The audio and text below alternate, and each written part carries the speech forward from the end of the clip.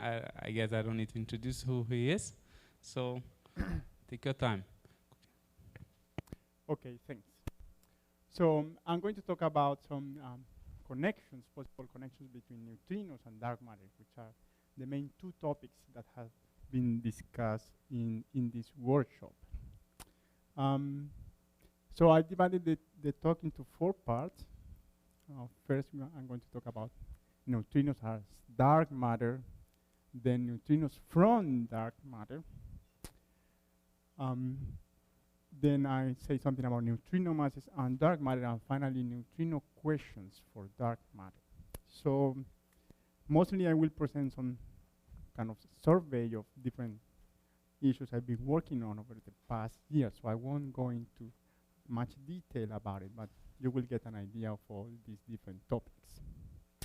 Okay, so let's see, starting with the simplest connection that we can make between neutrinos and dark matter is to suggest that perhaps neutrinos are the dark matter, okay?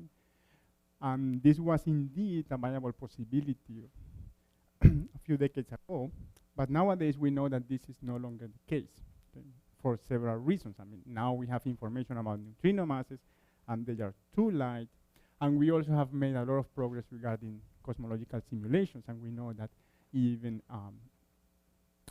that the neutrinos cannot explain the observed structure of the universe. Okay, so we need something different from neutrinos. Neutrinos are an example of what is usually called hot dark matter, and we know that cosmological simulations require cold or at least warm dark matter.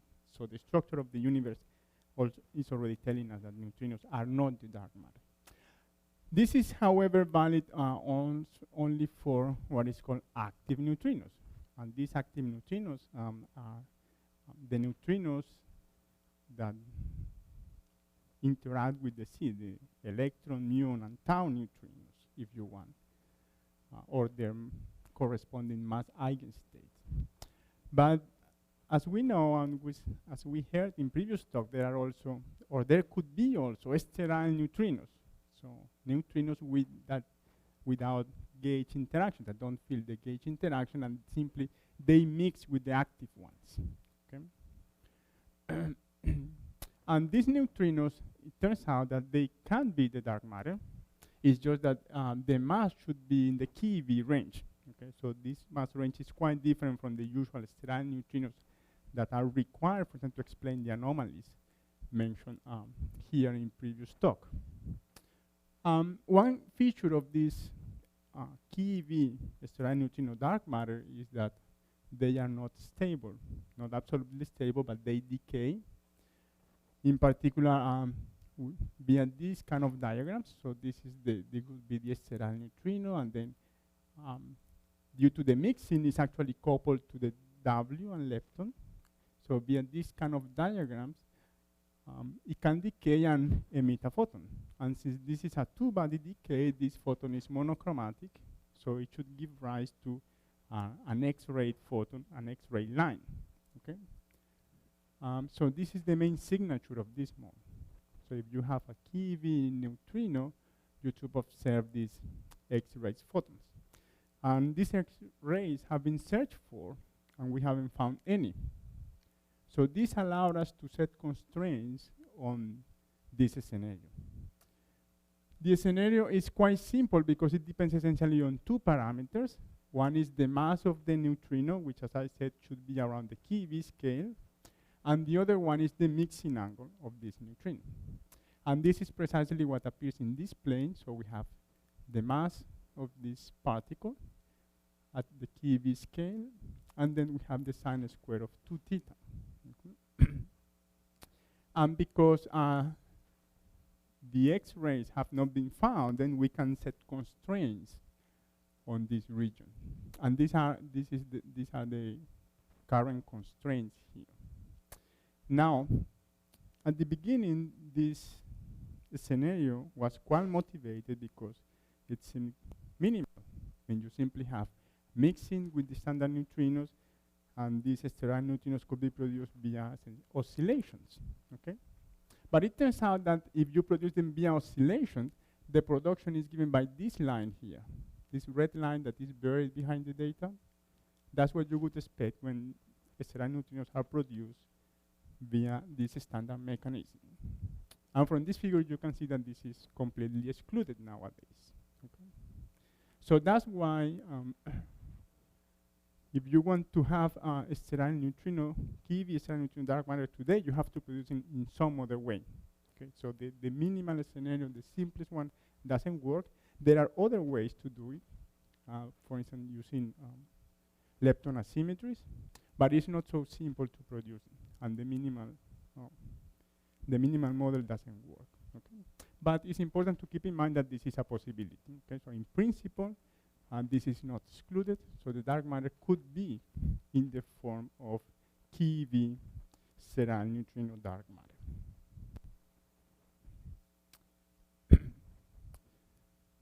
So this is the first part of this talk. Now we are going to mention something related to neutrinos from dark matter. So the idea here is that dark matter particles can be detected via the so-called indirect detection. What happens in this case is that we have two dark matter particles. These are WIMPs. And they, from time to time, they will annihilate. And when they annihilate, they produce other standard model particles, which in turn decay. And so on until we get some stable particles, and these are usually gamma rays, neutrinos, and antimatter. Okay? So at Earth, we can detect these annihilation products, and from their fluxes, deduce the existence of these dark matter particles. That's the idea behind indirect detection. And typically, these processes are important in high-density regions where the probability of two dark matter particles annihilating is higher. So this doesn't happen, let's say, here, but it could happen in the galactic center or in a dwarf spheroidal galaxy or in the center of the sun. So here, for instance, are some results that we obtain for annihilations in the sun. So the idea is that the sun captures these dark matter particles over its lifetime. Then these dark matter particles accumulate in the center of the sun. And at some point, the density is sufficiently high that they start annihilating with each other. And when they annihilate, they produce different things. Most of them are trapped inside the sun, but the neutrinos can escape. So what we can detect are simply the neutrinos coming from this annihilation in the sun. And the signal depends on few parameters. So for instance, it depends on the so-called spin-dependent cross-section. This is the quantity that determines the capture rate in the sun. Okay? So the larger this quantity is, the higher, the more easily they are captured in the sun. Then it depends also on the annihilation final state, or the annihilation cross-section. So once they annihilate, what are they annihilating into and with what probability they are doing so? And it depends also on the masses of the dark matter particles. Okay? So what we did in this paper, for instance, was to revisit the status of this possible way to detect the dark matter, combining different constraints, because here we can have constraints, for example, from super Kamiokande, from IceCube, and also we have direct detection constraints from dark matter experiments, such as PICO 60, and future experiments such as PICO 500. Okay? And what we found is that indeed there are still some regions where one can expect to find a signal for dark matter in the near future. Okay. This is for dark matter annihilations in the sun. So dark matter particles can also annihilate in the galactic center, let's say, or in dwarf spheroidals, and produce neutrinos, okay, with a process like this one. Okay. So if you have this process, you say, okay, then I can use neutrino detectors to find evidence of this kind of processes. But it turns out that this is not the only way. Because if this process happens, these other processes are also there. Because these are standard model processes. These are just radiative corrections to this process. And these processes, when you emit a Z or a W, have a particular feature, is that they give rise to gamma rays. Because the C will eventually decay, the W also, and the lepton will eventually decay. And then you not only have neutrinos, so your signal is not only neutrinos, your signal also contains other things, including gamma rays, and gamma rays are easier to detect than neutrinos. So yes, you pay a price because this process, the probability of this process is smaller than this one. But it's easier to detect the gamma ray than the neutrino. And it is non-trivial which of these is more promising. So this is what we analyze in this paper with Farinaldo. Here we have then a dark matter particle that annihilates into neutrinos. This is the cross-section for annihilation, and this is the dark matter mass. And what we have in black lines are the bounds from neutrino experiments. So here we have ice cube, dwarfs. So dwarfs are the objects where the dark matter annihilations are taking place. Ice cube galactic center, super K galactic center, and also Antares galactic center, not written there, but it's galactic center. So these black lines are looking at this process. The color lines instead are looking at the other processes. So it's gamma rays coming from these other radiative processes, which can be predicted from this one, okay? Because these are general corrections. So here in this case we have bounds from Fermi in blue, bounds from Hess in red, and future sensitivities for CTA. And as you can see, current bounds are actually comparable to the bounds you get from neutrino experiments, which is kind of surprising. The other interesting feature is that with gamma rays, you can actually distinguish the flavor of the neutrino that is initially produced. Okay? For neutrino, with neutrino detectors, you cannot do that due to the average that take place induced by neutrino oscillations. Okay? Instead, here you can, there is really a difference, okay? Because you produce, for example, if this is tau, then this lepton here is tau, and this tau decays promptly. So this is, these are the two main results that we got here. So on the one hand, you can have comparable sensitivities with gamma rays, and on the other hand, you can distinguish actually the flavor into which the dark matter is annihilated. So in this case, we are assuming that the dark matter annihilates into neutrinos. So these neutrinos mean active neutrinos. Another possibility is the dark matter annihilates into sterile neutrinos, or right-handed neutrinos. In this case, we are talking about heavy sterile neutrinos, so neutrinos of the order of 10 GeV to 1 TeV. And these neutrinos, because they are heavy, they are unstable. So when they decay, they also produce gamma rays. So we can use gamma ray experiments to set bounds on this neutrino annihilation. And this is precisely what is observed here. So we have bounds from Fermi-Lat and bounds from Hess for these three different masses and for a flavor which is tau. Okay.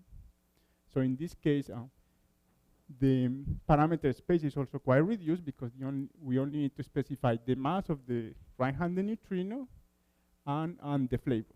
Okay, the mixing angle for is not relevant.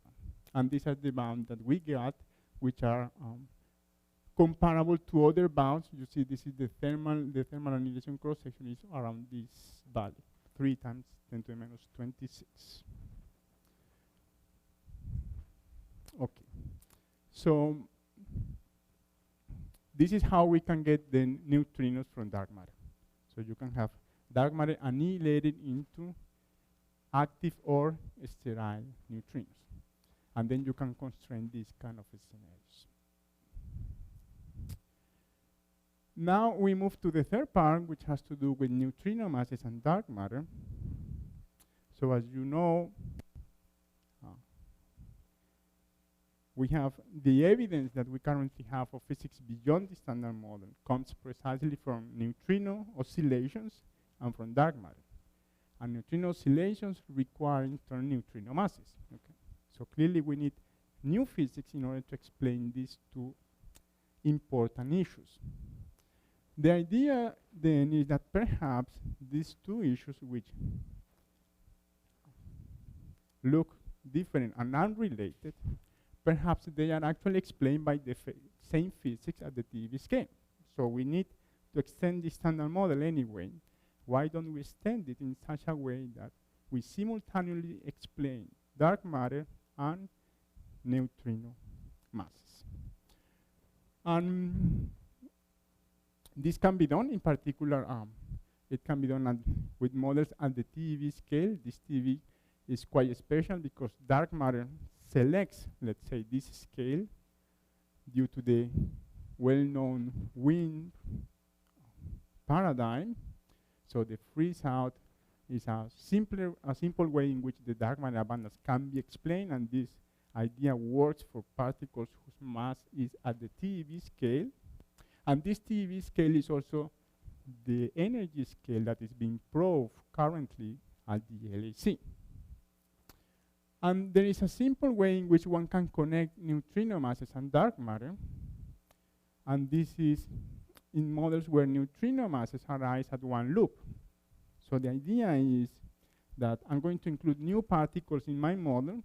These new particles are the particles that are observed here. So for example, these one which are inside the loop. Okay. The particles outside are the neutrinos, and these are the Higgs. So the new particles are inside the loop, and these particles, so via this loop, I can generate neutrino masses, but also these particles are the dark matter candidates. Okay? So they play two roles. On the one hand, as virtual particles, they give rise to neutrino masses. And as real particles, they explain, or they are the dark matter. Okay? And the fact that neutrino masses arise at one loop also helps explaining why neutrino masses are small. Okay? So in this kind of models, at 3 level, the neutrino mass is 0. So neutrino masses arise only at one loop and then is further suppressed by the different couplings. So a very simple example of these scenarios is the so-called scotogenic model. It's quite minimal. The idea is that we add to the standard model only 2 different fields. One is a second Higgs doublet, and then singlet fermions. Okay? And the only requirement now is that these new particles are odd under a set-to symmetry. Okay? And this set-to symmetry plays a double role in this case. On the one hand, it guarantees that there is a dark matter candidate. So this dark matter candidate will be the lightest of these new particles. And it also prevents the appearance of neutrino masses at 3 level. So that neutrino masses are actually generated only at one loop. So there are 2 possibilities for the dark matter in this model. So it could be a scalar, that means the lightest particle in this new doublet, or it could be a fermion, that means the lightest of the singlet fermions. Both are allowed. And what we found, for instance, was that due to this connection between dark matter and neutrino masses, this model is best proved via signals from lepton flavoviolating processes. Okay? So it's a dark matter model in which you have very good chances of observing a signal if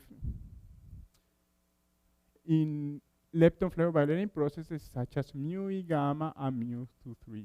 Okay? Due to this connection between dark dark matter and neutrino masses.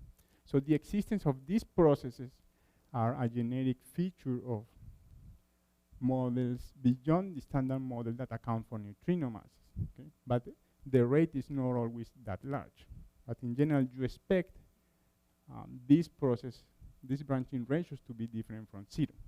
And current bounds, from current bounds, we know that they are indeed quite small.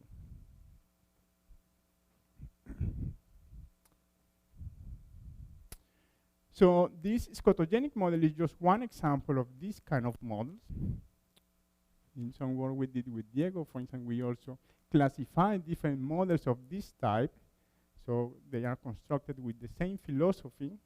We want to extend the standard model with a small number of new fields.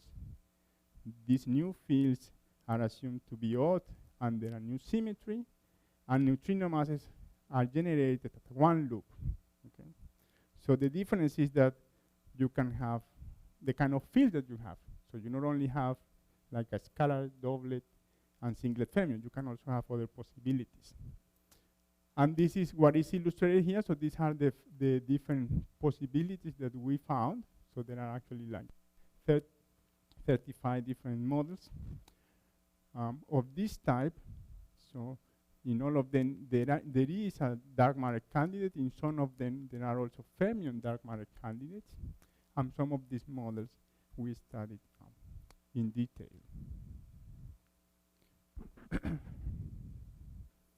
So that's another possible and interesting connection between neutrinos and dark matter. So they may arise from the same physics beyond the standard model. Finally, there is also this last part, which I call neutrino question for dark matter. So in the neutrino community, it's very common that you find these talks in which they present open questions in neutrino physics, okay, which are not so common in the dark matter community. So some of these questions are the following. Are neutrinos Majorana or Dirac fermions? Okay, this is certainly an open problem. Are there sterile neutrinos? As we saw, well, there may be hints, perhaps these hints perhaps are not true, but we don't know if these particles exist. Or is CP conserved in neutrino situations? Okay. So these are typical questions that you find in neutrino talks. So you can also, we can use these questions in order to find like the analogous questions for dark matter. So for example, this question can be translated in terms of dark matter as is the dark matter particle its own antiparticle. Okay? In the case of neutrinos, we know that neutrinos are fermions. So the only question is whether they are Majorana or Dirac. But for the dark matter, we don't know if it is a fermion, a scalar, or something else. So it's a little bit more general. Also, are there sterile neutrinos? This could be something like, okay, does dark matter consist of a single particle, or perhaps there are 2, 3, or more particles in the dark sector? We don't know. I mean, what we have determined is simply the total dark density of these different particles. We don't know if it is just 1, 2, or 3. And we can also ask, okay, what do we know about dark matter interactions? Do they preserve parity, CP? How could we know what kind of experiment is needed in order to determine whether the dark matter conserves, for instance, P and CP? So we have addressed some of these questions.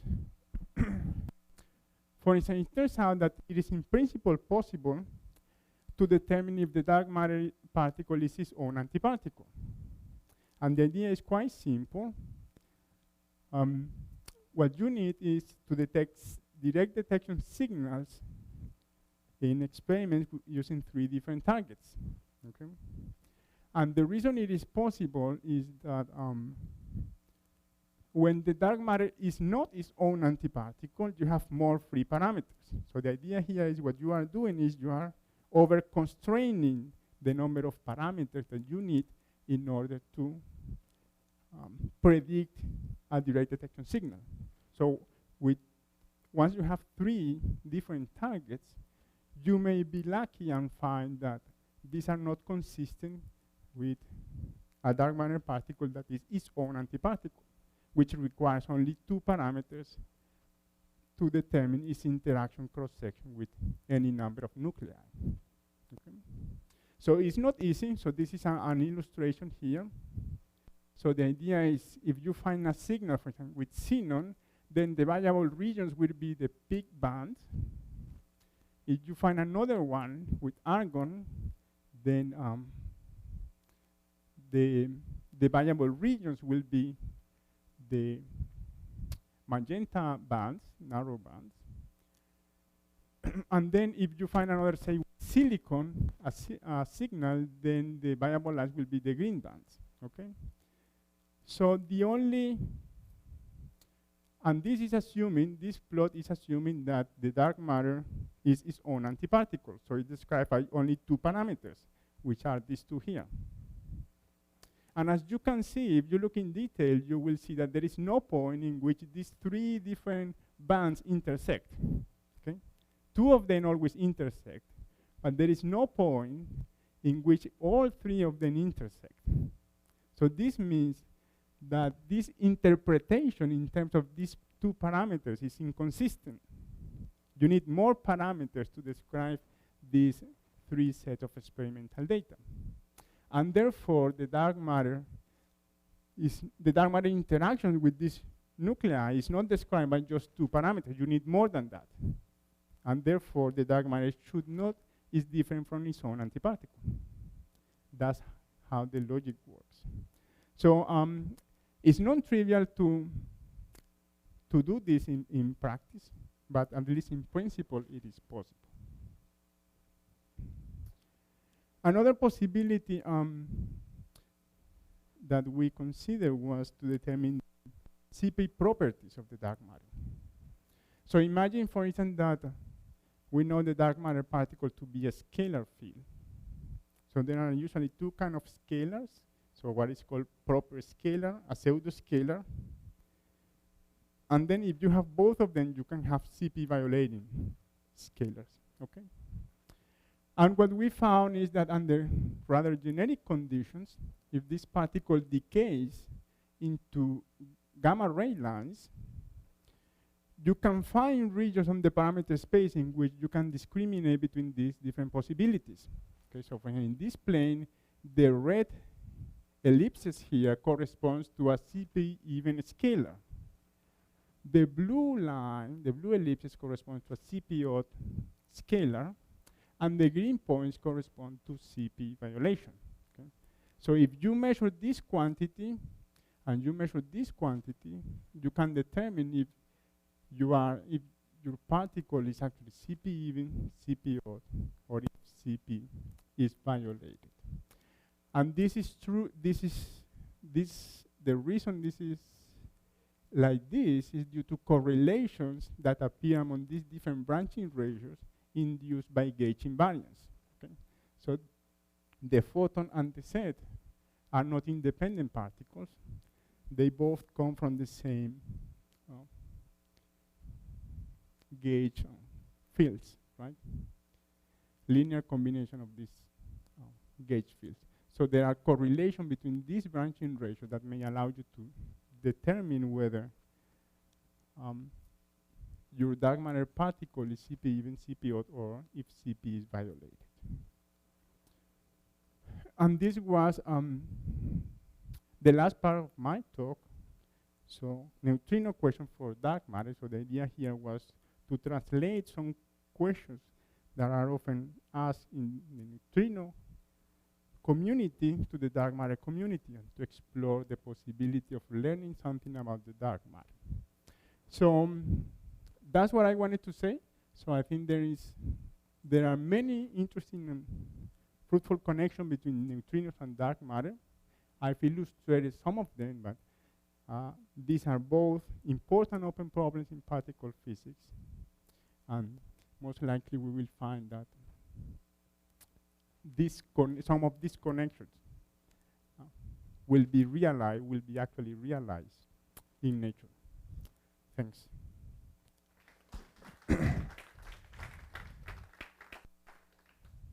Questions?